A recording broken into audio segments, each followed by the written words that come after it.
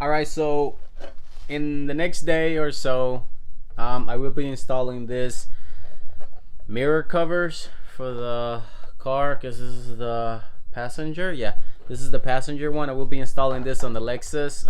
Like I said, this year I'm planning on doing more mods to the car because I've been holding back for some reason. So yeah, I ordered this carbon fibers off eBay. Sounds, I don't know, you guys be the judge if you think this is like real carbon fiber or not. Whether it is or not, I really don't care. Looks good, the weaving looks good, but who knows. So we're gonna be installing this on the car in the next video. I just wanted to show you that they came in, and I'm excited to put them on the car. And yeah, see you on the next one. Peace.